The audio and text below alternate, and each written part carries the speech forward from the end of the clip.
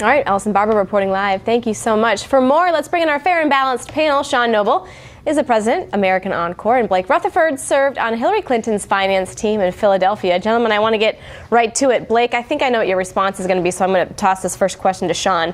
Sean, we saw a big celebration in the Rose Garden this week. Jumping the gun a little bit on that?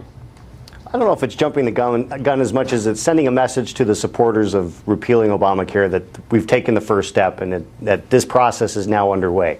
I think they needed to do it because there was some concern from the base that they weren't going to do it.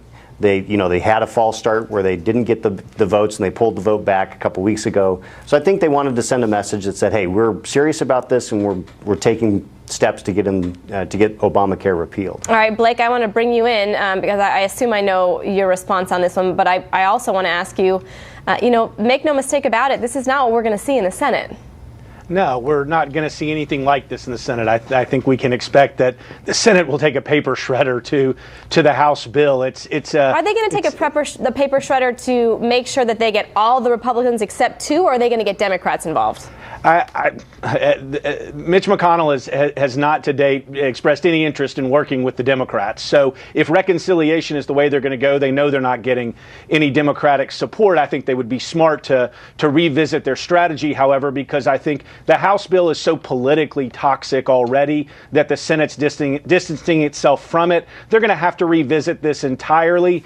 We now have a House in play because they took that vote. So I think the Senate will have to reconsider its politics much in a much different way. I think Sean now will probably have to admit that it was a curious political strategy by the Republicans. Sean, I'm going to let you. I wanted to talk about that a little bit later, but if you bring it up, you brought up 2018. So Sean, I want to let you respond.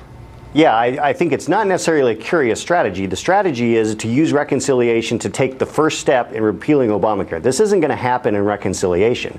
This is now going to, they're then going to go to regular process to do other health care reforms that are necessary to completely root this thing out.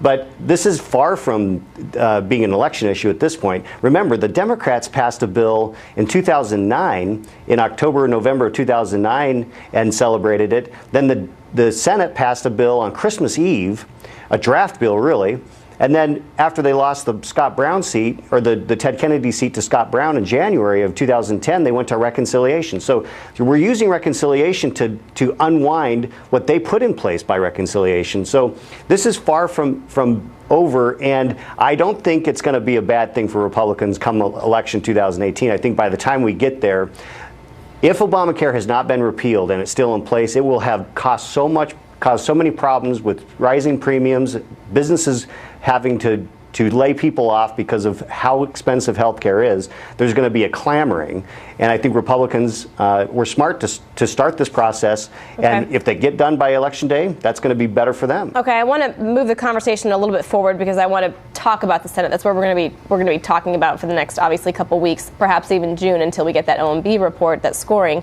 But I want to talk optics. There's a group here, a little bit more than a dozen lawmakers who are getting together. They're vying to make this a better law. And I want to talk optics because I see there's a lot of men in that group, a lot of white men, respectively. There's two women who I don't think are included. In fact, I know they're not included. That is Susan Collins from Maine and Lisa Murkowski. So I want to toss to you, Blake, when we talk about making this law better, do there need to be more voices at the table that we know of right now?